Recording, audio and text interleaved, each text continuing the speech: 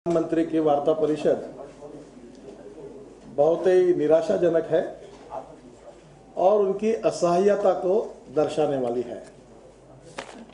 Coalition धर्म का अर्थ भ्रष्टाचार को समर्थन ये नहीं हो सकता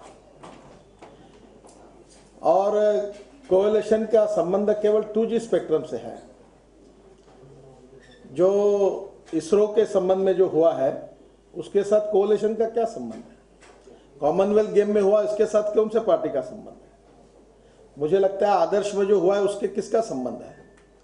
और इसलिए भ्रष्टाचार का एक प्रकार से छुपाने की कोशिश हुई है और सब आरोप जो कुछ हो रहा है ये मीडिया और अपोजिशन पार्टी केवल यही गलत प्रचार कर रही है, बाकी सब आलबेल है और अपनी असहायता प्रधानमंत्री ने दर्शाई है। और जिस प्रकार से उन्होंने कहा कि कोई गुजरात के मंत्री के कार्रवाई के कारण विरोधी बीजेपी बदला निकाल रही है, तो बहुत ही हास्यास्पद है। ये क्या CAG ने निकाला, ये कोई हमने निकाला है क्या? इनकम टैक्स ट्रिब्यूनल में बात आई, वो कोई हमारा संबंध है क्या? कॉमनवेल्थ गेम में इन्फोर्समेंट डायरेक्टरेट और CBI कार्रवाई कर रही है, कोई हमारे कारण कर रही क्या? आप मीडिया में इतने सब स्कैंडल्स लगातार दिख रहे, छाप रहे, दिखा रहे, इसके साथ हमारा कोई संबंध है क्या? ये तो सब आई हुई बातें हैं और मुझे लगता है पूरी असहायता और इसमें प्रधानमंत्री दर्शा रहे थे। एक तरफ से भ्रष्टाचार को रोकने में वो पूरी तरह से असफल हुए, इस बात को उन्होंने मान्य किया, और दूसरी ओर कोएलिशन धर्म के नाम पर ये भ्रष्टाचार के अधर्म को सपोर्ट करना और एक प्रकार से कोएलिशन पार्टी को अपना एक डिपार्टमेंट आउटसोर्स करके देना, और दूसरी ओर आज पहली बार सरकार ने कहा कि फाइनेंस मिनिस्ट्री का जो कुछ राजा ने निर्णय लिए थे उसको समर्थन था, तो फिर इसके साथ UPA का यानी कांग्रेस पार्टी का भी कैसा समर्थन है? अगर राजा के निर्णयों में फाइनेंस मिनिस्टर ने अप्रूवल दिया, ये अगर प्राइम मिनिस्टर कहते हैं, तो इसका मतलब तो इसके साथ सबका संबंध है। और as a group of minister के हेड होने के नाते क्या उनकी ये जिम्मेदारी नहीं थी कि उनको रोकना? एक बार उन्हें पत्र लिखकर उनका हो गया समाधान और उसके बाद वो कह रहे कि जो निर्णय हुए वो मिनिस्ट्री ने लिए। मुझे लगता है इसमें अपरिहार्यता है भी है और एक इफेक्टिव प्रधानमंत्री के नाते सरकार चलाते समय इन सब बातों को कठोरता से अमल करने में वो पूरी तरह से नाकाम रहे। ये उनका फेल्यूर है और ये असहायता उनके इस बातचीत से दिखती है और मुझे लगता है ये निराशाजनक था। और इसलिए भ्रष्टाचार के खिलाफ भले वो जो कहते रहे, पर भारतीय जनता पार्टी जो विषय हमने खड़े किए हैं उसके लिए हम बिल्कुल ताकत के साथ खड़े रहेंगे और देश में इसके साथ जाएंगे। JPC के बात पर भी मुझे उन्होंने ब्लेम अपोजिशन पार्टी को दिया कि कोई भी बात पार्लियामेंट नहीं चलती। आज अगर आपको उपलब्धि हुई है कि JPC के बारे में विचार करने के लिए सरकार तैयार हुई, तो 1 महीना 1.5 महीना पार्लियामेंट का पूरा सेशन हमने गवाया, तो पहले क्यों नहीं तैयार हुए? अगर आप किसी भी कमेटी के पास जाने के लिए तैयार है, इंक्वायरी के लिए तैयार है, तो पार्लियामेंट का सेशन आपने जो आज मान्य कर रहे हैं वो अगर पहले मान्य करते तो ये नौबत नहीं आती। और इसके लिए अपोजिशन पार्टी को ब्लेम करना ये भी मुझे लगता है उनका अन्यायपूर्ण है। ओवरऑल एक निराशाजनक पत्रकार परिषद उनकी रही। भ्रष्टाचार के साथ राजा का समर्थन एक प्रकार से उन्होंने इनडायरेक्टली किया और मुझे लगता है उसको कवर अप करने की कोशिश एक प्रकार से उनके बातचीत से दिखती है। ये देश के लिए दुर्भाग्यपूर्ण है और ये असहायता भले उनकी होगी प्रधानमंत्री के नाते, पर देश के विपक्ष की नहीं है।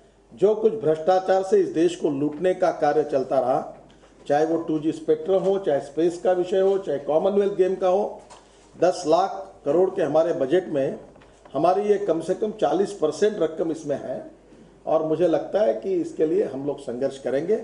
और इन्फ्लेशन के विषय के ऊपर भी बार बार wrong economic policies and bad governance is the basic reason for the price rise and inflation, ये हमारा बिल्कुल बार बार कहना है और उसका यही कारण है।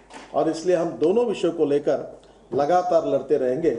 प्रधानमंत्री जी के वक्तव्य से देश को भी निराशा हुई है, ना उससे कुछ भ्रष्टाचार के खिलाफ लड़ने की कोई प्रेरणा मिलती है, न इसके बारे में लड़ने के बजाय, इंक्वायरी के बजाय इसको कवर अप करने की कोशिश है। ये बहुत दुर्भाग्यपूर्ण है।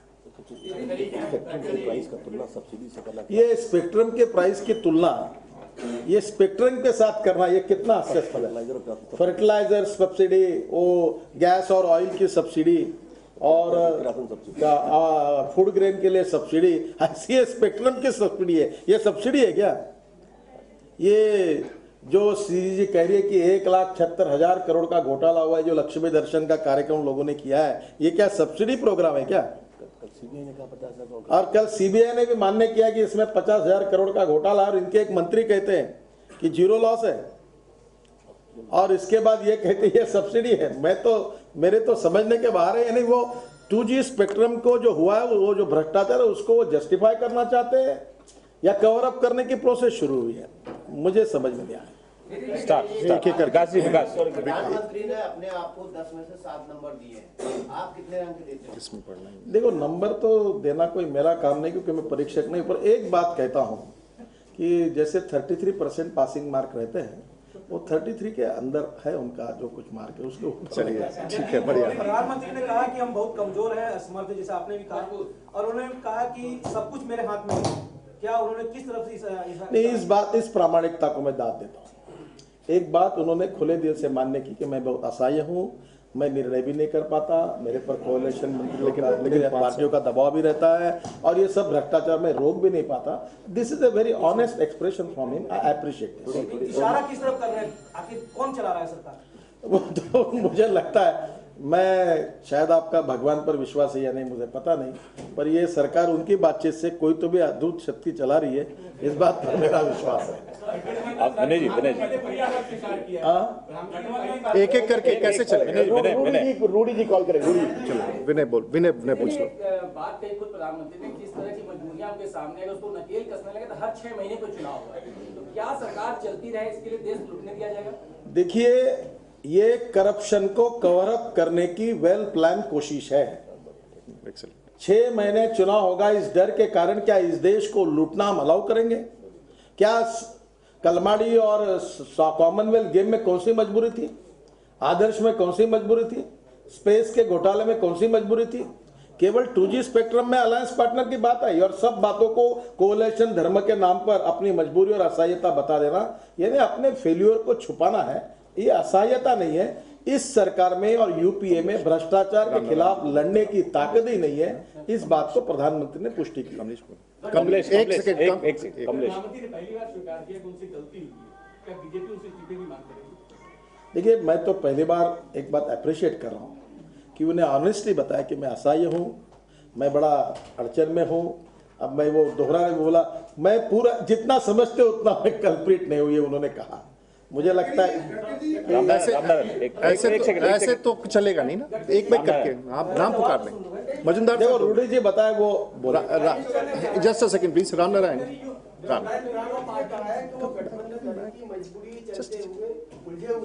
आपको क्या लगता है, सरकार रूल ऑफ लॉ से चलती है या गठबंधन से चलती है? देखो, गठबंधन धर्म का अर्थ मिनिस्ट्री को आउटसोर्स करना ये नहीं होता। अटल बिहारी वाजपेयी जी ने भी एनडीए की सरकार को चलाया, गठबंधन भी अच्छी तरीके से चलाया, और इस प्रकार के स्कैंडल्स भी नहीं होने दिए। इस देश में हमारे 63 साल के इतिहास में अनेक गठबंधन की सरकारें आई। बिहार में भी गठबंधन की सरकार काम कर रही है। देश में अनेक सरकारों ने आज तक काम किया है, और गठबंधन की मर्यादा सरकार बाय हुक और क्रुक टिकाना, इसके लिए इस प्रकार के भ्रष्टाचार को सहन करना ये ठीक नहीं। और दूसरी बात मैं बार बार कह रहा हूं, एक 2G स्पेक्ट्रम को छोड़कर बाकी बड़े बड़े करप्शन का संबंध, ब्लैक मनी से लेकर जो संबंध आता है, इसके साथ कौन से गठबंधन पार्टी का संबंध है? ये कवर अप करने की कोशिश क्यों हो रही है? भ्रष्टाचार के खिलाफ सीधी कड़ी कार्रवाई क्यों नहीं होती? जब यूनो के रेजोल्यूशन के बाद 140 में से 117 देश रेटिफाई करते अपने लॉ को, और पैसा और काला धन लाने के बारे में पूरी तरह से कोशिश करते, तो सुप्रीम कोर्ट के कहने के बाद भी ये क्यों नहीं करते? नाम जाहिर क्यों नहीं करते? ये जगह जगह पर कवर अप होने की जो कोशिश हो रही है गठबंधन के धर्म के नाम पर, ये भ्रष्टाचार को कवर अप करने की कोशिश है। इतना ही मुझे लगता है। मजुमदार साहब, जैसा कि प्रधानमंत्री ने परोक्ष रूप से अपनी गलती स्वीकार की है, तो क्या आप उनको क्षमा करेंगे? देखो, क्षमा करने का न मेरा अधिकार है, ये तो जनता की अदालत में हिंदुस्तान की जनता इस बात का निर्णय करेगी, और जनता इसका निर्णय करने का अधिकार रखती है, वही उसका निर्णय करेगी। Sanket. I will come back. We'll come back. What does the BJP feel on the comparison that the Prime Minister has made to the subsidies in the farming sector? And my second question is, you heard his answer on the ISRO deal. We made a very pointed question to the Prime Minister that are you aware of any wrongdoing in your back office, in the Prime Minister's office where bureaucrats are responsible? He has said no. Do you think that there should be an investigation? In the group of minister, the Prime Minister is the head of the minister and head of the state, head of the country. He is basically responsible for all the decisions taken by the cabinet, taken by the Prime Minister or taken by any bureaucrats.